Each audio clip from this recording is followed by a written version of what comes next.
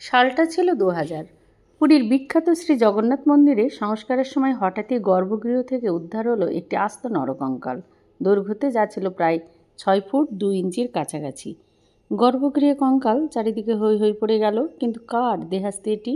চারিদিকে মাসাধিক কাল ধরে চলল প্রবল বিতর্ক। পরীক্ষা করে জানা গেল মৃত ব্যক্তি ছিলেন অত্যন্ত দীর্ঘাঙ্গী এবং যার মৃত্যু হয়েছিল আজ থেকে প্রায় 500 বছর আগে। পারিপার্শ্বিক পরিস্থিতি বিচার করে বেশিরভাগ মানুষ তখন এই সিদ্ধান্তে উপনীত হলেন যে কঙ্কালটি যার তার কারো নয়, এই বাংলার ভক্তি আন্দোলনের অন্যতম শ্রেষ্ঠ ব্যক্তিত্ব স্বয়ং শ্রী চৈতন্যদেবের। একই সঙ্গে দীর্ঘদিন ধরে চলে আসা শ্রী চৈতন্যের সমুদ্রে লীন হবার তত্ত্ব খারিজ হবার পাশাপাশি পুরীর মন্দিরে তাকে হত্যা করার বিষয়টিও আরও একবার জনসম্মুখে প্রতিষ্ঠিত হয়। সে যাই হোক, জগন্নাথ মন্দিরের মধ্যে শ্রী চৈতন্যকে গুম খুন করা হয়েছিল এই অভিমত সর্বপ্রথম প্রচার করেন ঐতিহাসিক ডক্টর নিহারঞ্জন রায়। 5ই আগস্ট 1976 পুরীর আনন্দময়ী আশ্রমের ডক্টর জয়দেব মুখোপাধ্যায়কে লেখা একটি চিঠিতে ডক্টর রায় লিখলেন, শ্রী মহাপ্রভু চৈতন্যদেবকে গুম খুন করা হয়েছিল পুরীতে এবং চৈতন্যদেবের দেহের কোনো অবশেষের চিহ্নও রাখা হয়নি হয়নি বলেই 3টি কিংবদন্তি প্রচারের প্রয়োজন হয়েছিল। আরও লিখেছেন, ওই গুম খুনের সমস্ত ব্যাপারটাই একটা বহুদিনের চিন্তিত, বহু জন সমর্থিত চক্রান্তের ফল। কে বা কারা ওই চক্রান্ত করেছিলেন সে সম্পর্কে আমার একটা অনুমান আছে, কিন্তু তা বলতে পারবো না, কারণ এখনও আরও কিছুদিন বেঁচে থাকতে চাই। চৈতন্য দেব গান্ধী শহীদ হতে পারেন, কিন্তু আমার শহীদ হওয়ার বিন্দুমাত্র বাসনা নেই। চলে এসেছি গল্পের আসরে, আমি সুপ্রীতি।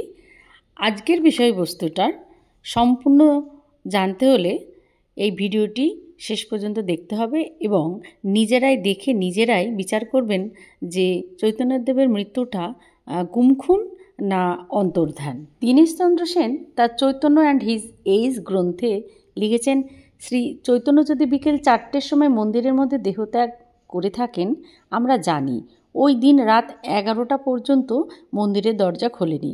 এই সময়টা লেগেছিল তার দেহ মন্দিরের মধ্যে পুঁতে ফেলে মন্দিরের মেঝে আবার আগের মতো করতে। রাত 11টায় দরজা খুলে বলা হলো, প্রভু জগন্নাথের দেহে চৈতন্য লীন হয়ে গেছেন। শুধু ডক্টর রায় বা ডক্টর সেনই নন, খগেন্দ্রনাথ মিত্র, গিরিজাশঙ্কর রায়চৌধুরী, ডক্টর অমূল্যচন্দ্র সেন, ডক্টর জয়দেব মুখোপাধ্যায়, মালি বুড়ো, ঔপন্যাসিক সমরেশ বসু, এদের সবার ধারণা চৈতন্যদেবকে গুম খুন করা হয়েছিল।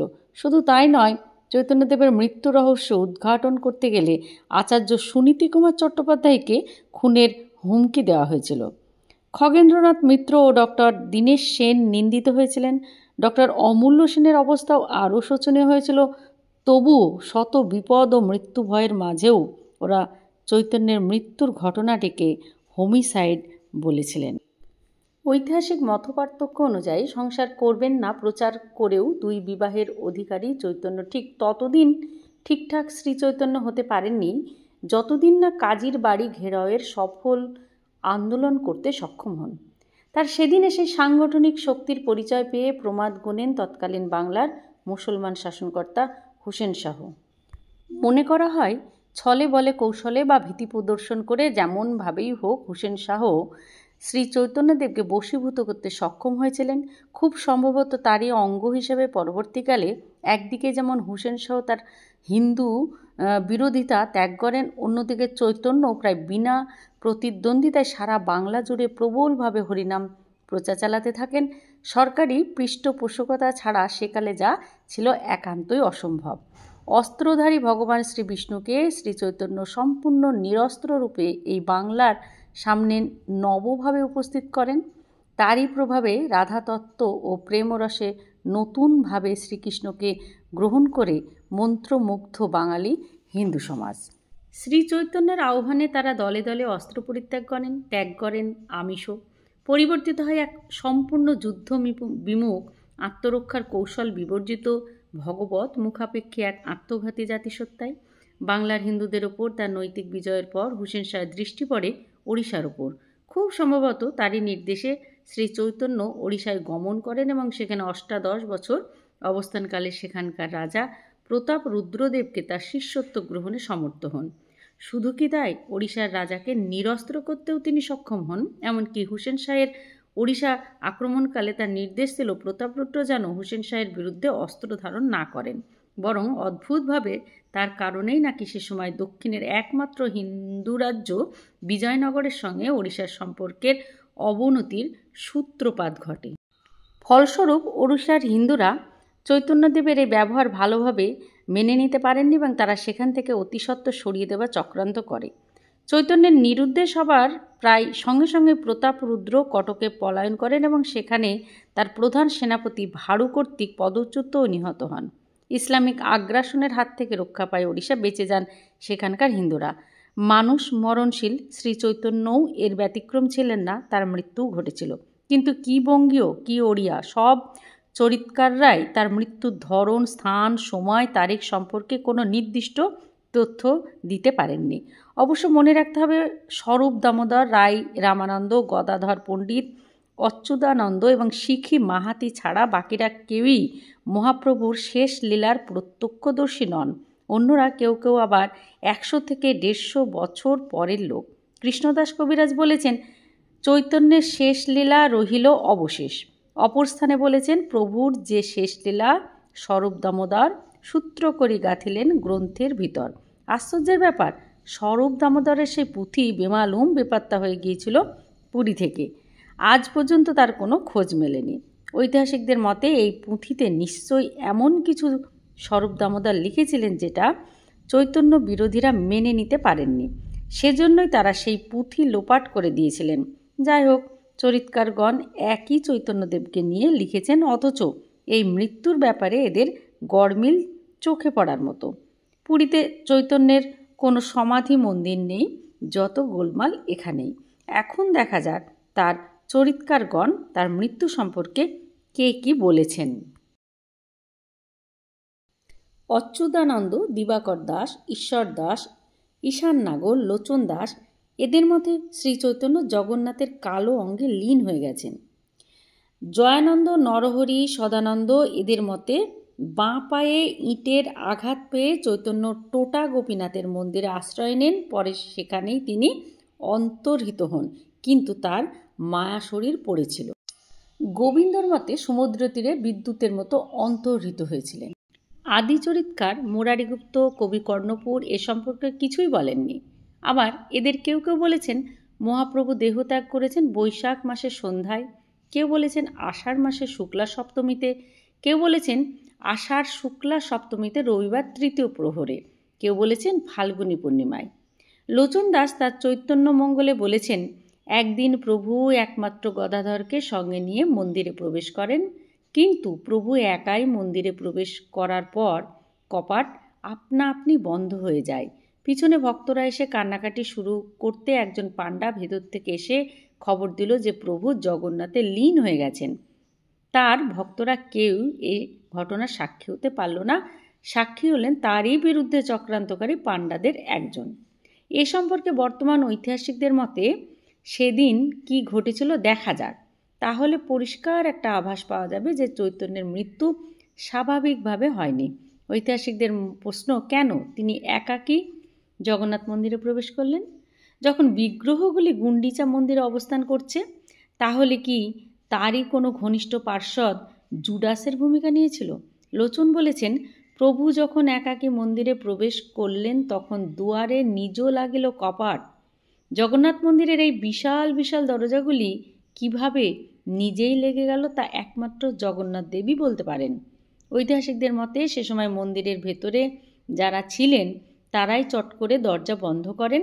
তা যদি না থাকতো তাহলে পেছনে পেছনে তার ভক্তরা যখন ঘুচাহ কপাট প্রভু দেখি বড় ইচ্ছা বলে দরজা ধাক্কাধাক্কি করছেন, তখন নিজে লেগে যাওয়া কপাট খুলে গেল না কেন?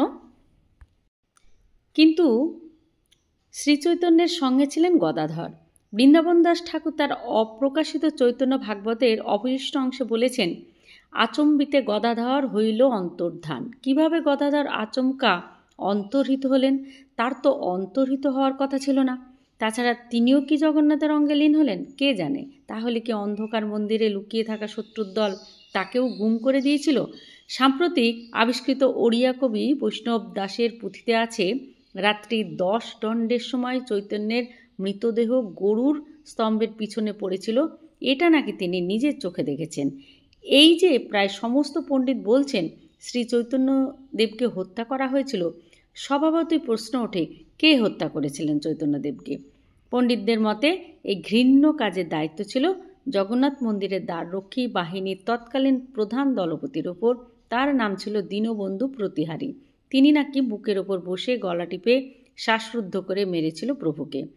এখন প্রশ্ন হলো, চৈতন্যদেবের শবদেহটা কিভাবে এবং কোথায় হত্যাকারীরা পাচার করল? পুরীর ভারত সেবাশ্রম সংঘের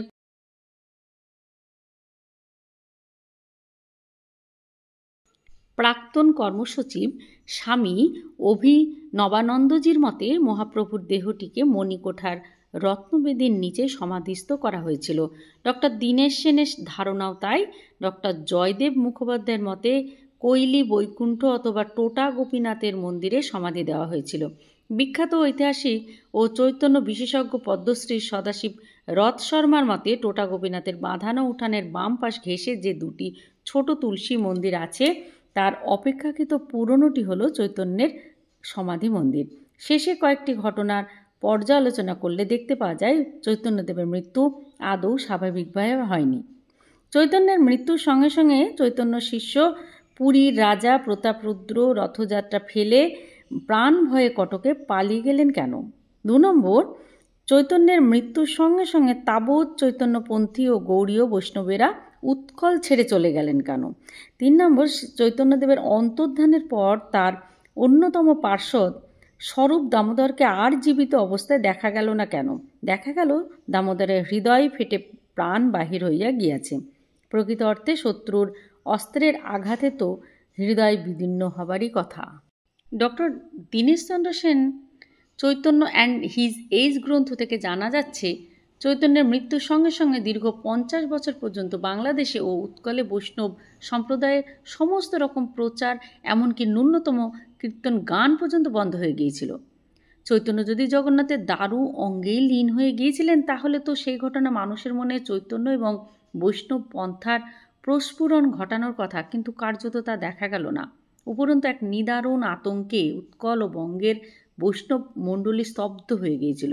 ডক্টর জয়দেব মুখোপাধ্যায়ের মতে সেই কারণেই চৈতন্যদেবের ওপর লেখা সমস্ত বৈষ্ণব গ্রন্থ ইচ্ছা করে এড়িয়ে গেছে চৈতন্যের তিরোধানের শেষ মুহূর্তের বর্ণাতীত অসহ্য বর্ণনাকে। এবার আসি ডক্টর জয়দেব মুখোপাধ্যায়ের কথায়, যিনি চৈতন্যদেবের মৃত্যু রহস্য ভেদ করার জন্য উঠে পড়ে লেগেছিলেন এবং এই চৈতন্যদেবের মৃত্যুর 462 বছর বাদে প্রায় প্রমাণ করতে চলেছিলেন যে কিভাবে তাকে খুন করা হয়েছিল এবং কোথায় দেহ পুঁতে দেওয়া হয়েছিল। ঠিক তখনই তার মৃত্যু হলো 1995 সালের 17 এপ্রিল, যা আজ পর্যন্ত তার মৃত্যুটা রহস্যাবৃতই হয়ে আছে। স্থানীয় লোকেরা যাকে সরাসরি খুন বলে সন্দেহজনক ব্যক্তির শাস্তি চায়, সরকারি খাতায় তাকেই আত্মহত্যা বলে দেখানো হয়েছে।